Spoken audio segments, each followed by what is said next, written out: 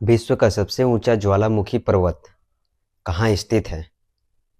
तो विश्व का सबसे ऊंचा ज्वालामुखी पर्वत इक्वेडोर में स्थित है। विश्व का सबसे ऊंची ज्वालामुखी पर्वत, सी ऑप्शन हमारा बिल्कुल सही जवाब हो जाएगा।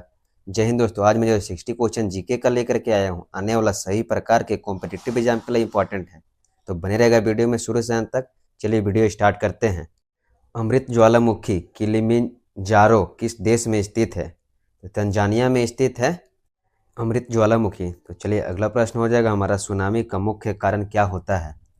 तो सुनामी का मुख्य कारण भूकंप होता है। सुनामी का मुख्य कारण बी ऑप्शन हमारा बिल्कुल सही जवाब हो जाएगा।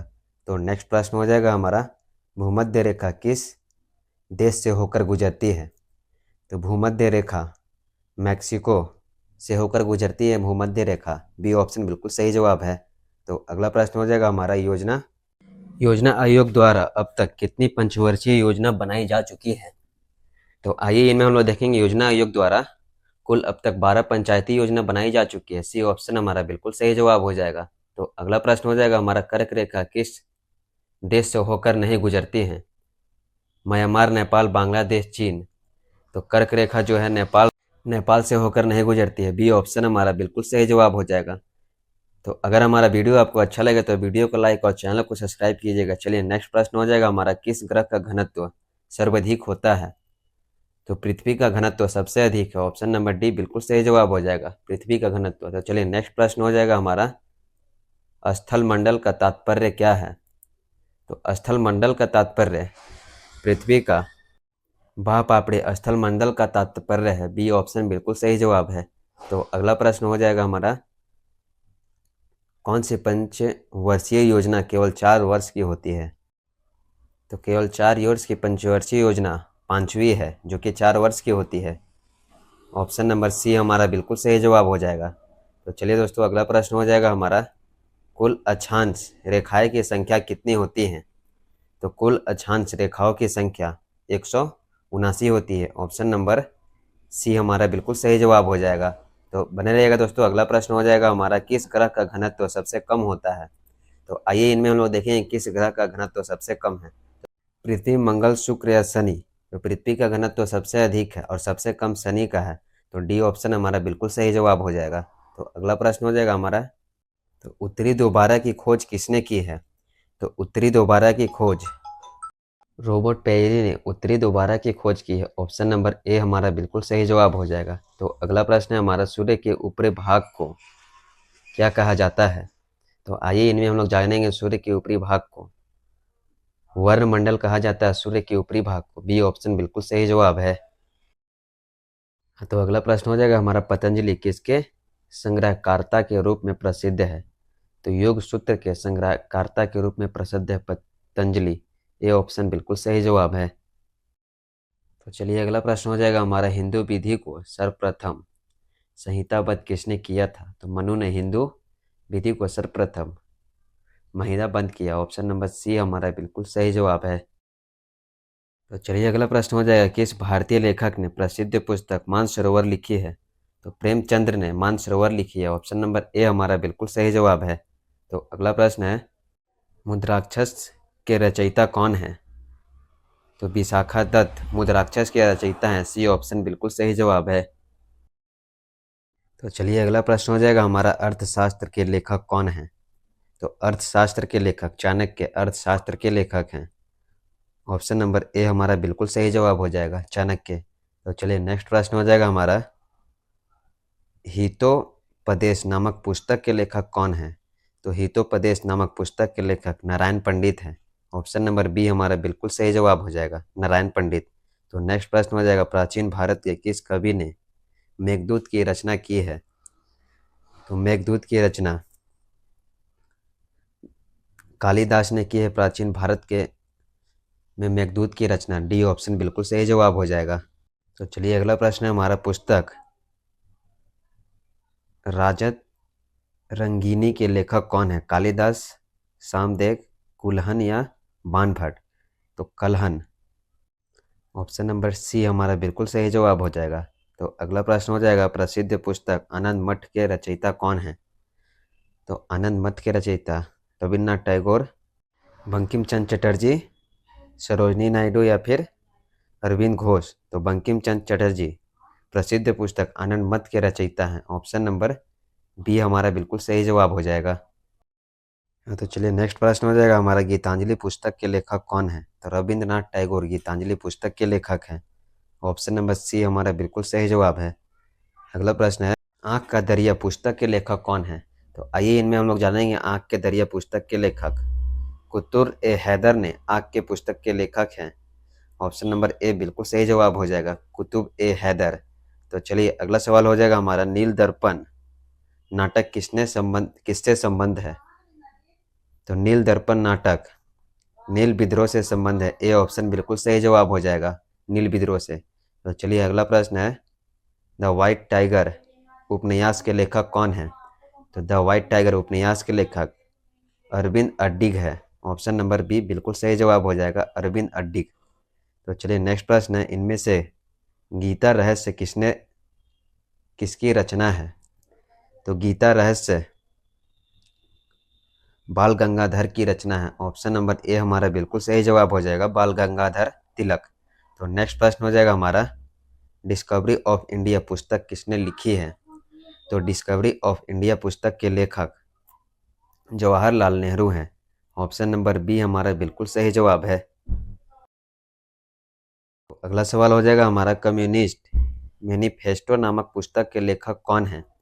तो कम्युनिस्ट मैनिफेस्टो पुस्तक के लेखक कार्ल मार्क्स हैं। ऑप्शन नंबर सी हमारा बिल्कुल सही जवाब हो जाएगा, कार्ल मार्क्स। तो नेक्स्ट प्रश्न है, इंडिया डिवाइडेड नामक पुस्तक किसने लिखी है? तो इंडिया डिवाइडेड पुस्तक डॉक्टर राजेंद्र प्रसाद ने लिखी है। डी ऑप्शन हमारा बिल्कुल सही जवाब है, डॉक्टर राजेंद्र प्रसाद। तो चलिए अगला प्रश्न हो जाएगा हमारा, हार्ट ऑफ इंडिया पुस्तक किसने लिखी है? तो हार्ट ऑफ इंडिया पुस्तक के लेखक mark Tuli heart of India पुस्तक के लेखक हैं। बी ऑप्शन हमारा बिल्कुल सही जवाब हो जाएगा।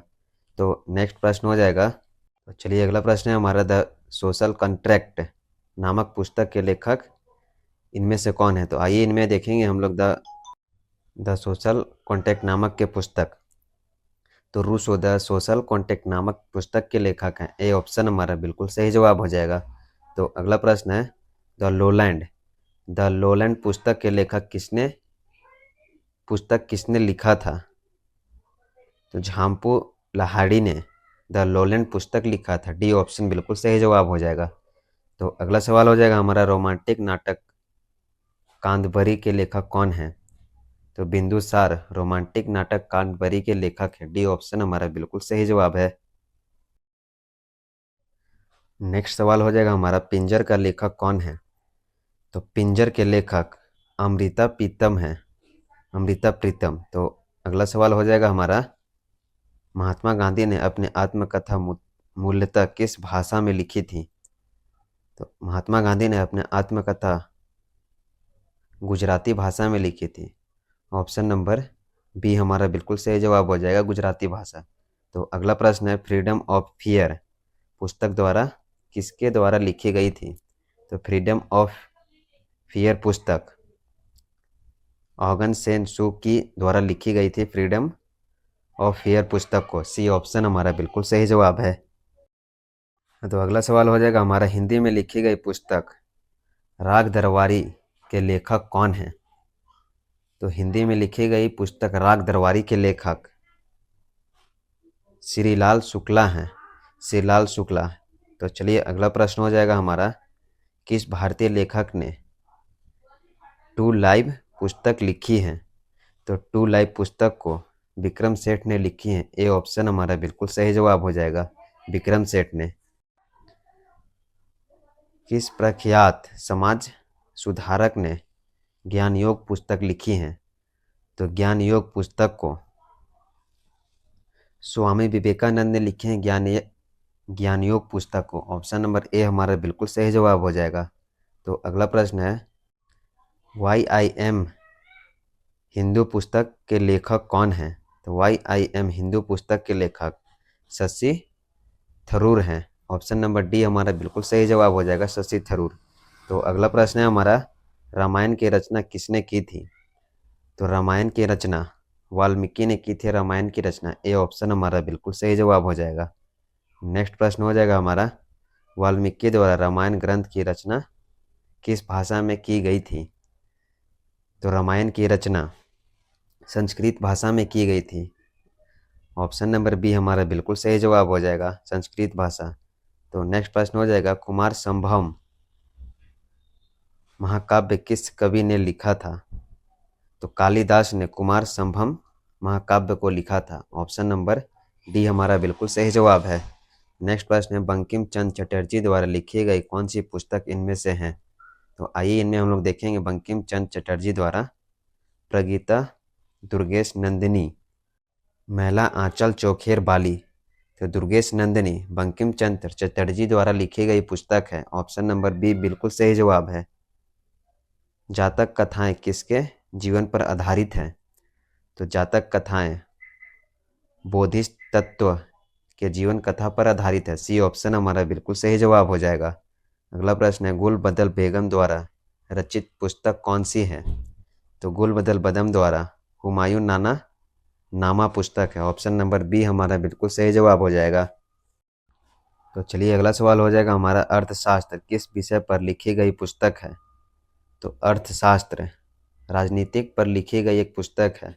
ऑप्शन नंबर सी हमारा बिल्कुल सही जवाब है। नेक्स्ट प्रश्न है, कबीर के दोहे के संग्रह का क्या नाम है? तो कबीर के दोहे का संग्रह बीजक है। ऑप्शन नंबर सी हमारा बिल्कुल सही जवाब हो जाएगा, बीजक। अगला प्रश्न हो जाएगा हमारा, पंचतंत्र के रचनाकार कौन है? तो पंचतंत्र के रचनाकार विष्णु शर्मा है। ऑप्शन नंबर बी हमारा बिल्कुल सही जवाब हो जाएगा। अगला सवाल है, किस मुगल शासक ने अपनी आत्मकथा लिखी थी?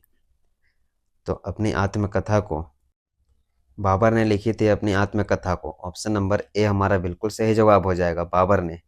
तो चलिए अगला प्रश्न है, प्रसिद्ध पुस्तक जंगल बुक किसने लिखी थी?